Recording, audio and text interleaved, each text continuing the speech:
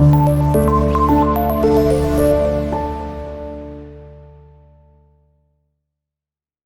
वालेकुम dear students, 10th class computer का हमारा जो आज का टॉपिक है उसमें हम इस चैप्टर की कुछ एक्टिविटीज करने की कोशिश करेंगे जो बुक में मेंशन है।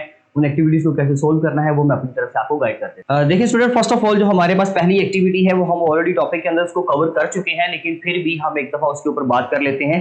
Right the output of the following code. हमने इस कोड की जो है आउटपुट बतानी है। तो सिंपल इस कोड के अंदर जो है हमारे पास सबसे पहली एक्टिविटी है उसकी बात हो रही है, जिसके अंदर लिखा हुआ है कि जी वॉइड मेन का जब फंक्शन बनाया गया, ऊपर std की फाइल शामिल की हुई है इंक्लूड के जरिए से, that is our link section void main. उसके बाद यहां पर है जी printf, और उसमें एक सिंपल एक मैसेज शो करवाया गया है, I am upper case and this is lower case. I am upper case and this is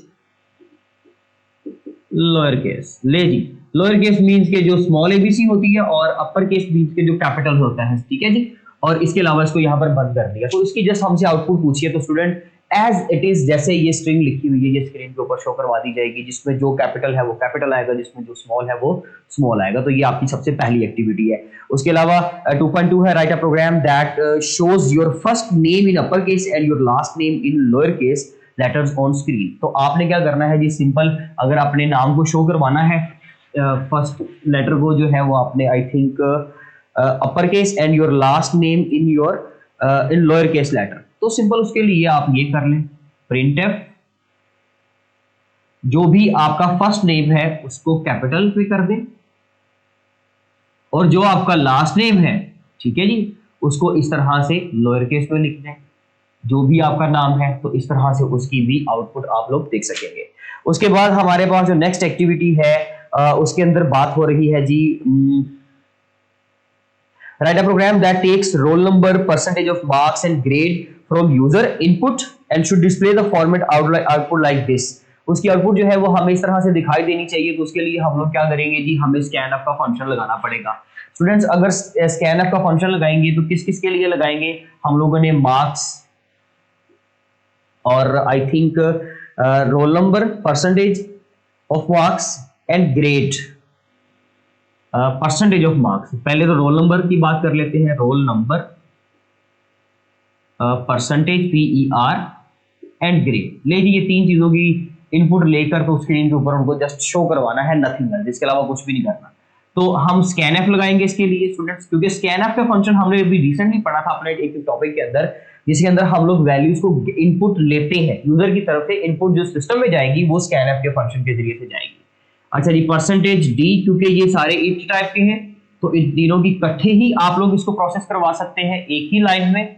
तो उसके बाद एंड जो है वो roll number as it is, जैसे वेरिएबल का नाम लिखा हुआ है, उसके अलावा परसेंटेज और उसके अलावा ग्रेड का साइन, एंड के साइन के साथ ग्रेड आ जाएगा। ले जी, तो अब आप लोगों ने आउटपुट जो टेबल में इन्होंने शो करवाया हुआ है एज इट इज शो करवानी है अगर, तो उसके लिए सिंपल क्या करेंगे हम लोग, printf लगाएंगे। printf में सबसे पहले क्या हो रहा है जी, वो कह रहा है जी रोल नंबर शो करवाओ। ले जी, रोल नंबर शो करवाएं। इस तरह से रोल नंबर का पहले तो कीवर्ड लिखा हुआ है, उसके बाद ये है, उसके बाद थोड़ा सा टैब क्रिएट हो रहा है। तो हम एस्केप सीक्वेंस टैब यूज कर लेते हैं, T वाला। एक टैब क्रिएट होगा और उसके बाद हमें वैल्यू शो हो जाएगी किसकी जी, जो इनपुट वैल्यू है, जो भी वैल्यू गई है रोल नंबर की जगह पर, और उसको हम लोग यहाँ पर कैसे प्रिंट करवा सकते हैं, अगर आपने फॉर्मेट स्पेसिफायर लिख देना है सिर्फ उसके लिए D। आप वो वेरिएबल तो नहीं ना लिखेंगे, आप तो जस्ट उसके लिए फॉर्मेट स्पेसिफायर लिखोगे, क्या वहां वेरिएबल से कैसे वैल्यू मिलेगी वो भी हम लिख लेते हैं। उसके बाद जी हमने नेक्स्ट लाइन पे चले जाना है। तो नेक्स्ट लाइन पे जाने के लिए हम लोगों ने लिख दिया N, एंड देन क्या शो करवाना है जी, परसेंटेज। ले जी, परसेंटेज का वर्ड लिखवा दें। उसके बाद आप लोग चाहते हो कि जी इस तरह से फिर एक टैब क्रिएट हो और परसेंटेज की वैल्यू मिल जाए। इसी तरह से फिर नेक्स्ट लाइन पे चलेंगे। नेक्स्ट लाइन पे जाने के लिए हम लोग escape sequence with N use करेंगे, और उसके बाद हमने क्या शो करवाना है, ग्रेड। ले जी, ग्रेड शो करवाएं अपना, ठीक है। ग्रेड वैसे जो है वो डेफिनेटली 4 टाइप का होगा, सो इसको चेंज कर लेते हैं यहाँ से, इन सिर्फ इन दोनों को दे देते हैं, और ग्रेड की जो वैल्यू है उसको चेंज कर लेते हैं, ग्रेड को 4 टाइप का कर लेते हैं। ले जी, 4 एंड ग्रेड, इस तरह से। और उसके लिए फॉर्मेट स्पेसिफायर जो होगा हमारे पास वो हो जाएगा सी। ग्रेड शो हो जाएगा, उसके बाद एक टैब क्रिएट करवा दें और टैब क्रिएट करवाने के बाद परसेंटेज सी लगा दें। अब इन सब वेरिएबल्स की वैल्यू हमने देनी है। वैल्यू देने के लिए हम लोग क्या करेंगे जी, सबके वेरिएबल्स लिख देंगे। सबसे पहले आ जाएगा रोल नंबर का वेरिएबल, उसके बाद आ जाएगा जी आपका परसेंटेज PER का वेरिएबल एंड देन आपका ग्रेड का वेरिएबल। तो ले जी आपको डिजायर्ड आउटपुट जो होगी आपकी वो आपको स्क्रीन के ऊपर शो करवा दी जाएगी। नेक्स्ट वन है जी हमारे पास activity 2.4, write a program that takes as input the length of one side of a square and calculate the area of square. तो भाई आपने जैसे हमने यहां पर इनपुट दी है ऐसे ही इनपुट देनी है scanf के फंक्शन के जरिए से, और उस इनपुट में आप लोग क्या करेंगे कि उसके बाद उसको उसके ऊपर फॉर्मूला लगाएं और उसको प्रिंट करवाएं। जैसे कि मैं यहां पर कर देता हूं, इनपुट में एक वेरिएबल x लेंगे और उसका आंसर शो करवाएंगे जी किसमें, हम लोग एरिया में। एरिया बना दिए, दो वेरिएबल्स बना दिए। scanf के फंक्शन के जरिए से गेट कर ले, किसको गेट करना है जी, फॉर्मेट स्पेसिफायर लगाएं और डी लगा दें, ठीक है जी। और आपका वेरिएबल नेम क्या है स्टूडेंट्स, आपका वेरिएबल नेम है x। ले जी आपने x की वैल्यू गेट कर ली, उसके बाद एरिया का फॉर्मूला लगा दिया। एरिया का फॉर्मूला क्या होता है, x multiply by x length multiply by width for the square. उसके लिए आपके पास a में वैल्यू आ गई और a की आप वैल्यू को प्रिंटफ के जरिए से फॉर्मेट स्पेसिफायर लगाए d और प्रिंटफ की स्टेटमेंट के जरिए से इसको आपने प्रिंट करवा लिया। ले जी ये आपकी एक्टिविटी हो गई। उसके बाद है आपके पास इसकी लास्ट, आज की last activity, write a program that takes as the input the number of balls and in jar A and the number of balls in jar B, the program to calculate the display the total number of balls। ले जी दो आपने inputs लेनी है, एक jar A है हमारे पास, suppose कर लें एक जार हमारे पास B है, दोनों में नंबर ऑफ बॉल्स गई है, हमने नंबर ऑफ बॉल्स को जो है ना वो शो करवाना है। नंबर ऑफ बॉल्स एक हो गया एक जार में, नंबर ऑफ बॉल्स दूसरे जार में। आप वेरिएबल को चेंज भी कर सकते हो, कोई इशू वाली बात नहीं है।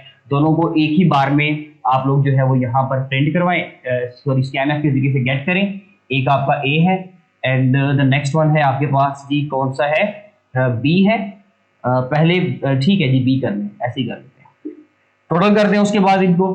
तो आप टोटल करके किस में आंसर स्टोर करवाएंगे, इसमें TOTAL में। तो वो वेरिएबल हम लोगों को यहाँ पर बनाना पड़ेगा जी। तो स्टूडेंट यहाँ पे हम लोग क्या करेंगे जी, टोटल का वेरिएबल बनाएंगे, उसमें a प्लस b दोनों को ऐड कर देंगे एंड देन हमारे पास जो टोटल में आंसर आएगा उसको यहाँ पर हम लोग क्या कर लेंगे जी, प्रिंट कर लेंगे। ले जी ये आपकी आज की एक्टिविटीज होगी। इंशाल्लाह मिलते हैं अपने नेक्स्ट लेक्चर में, तब तक के लिए अल्लाह।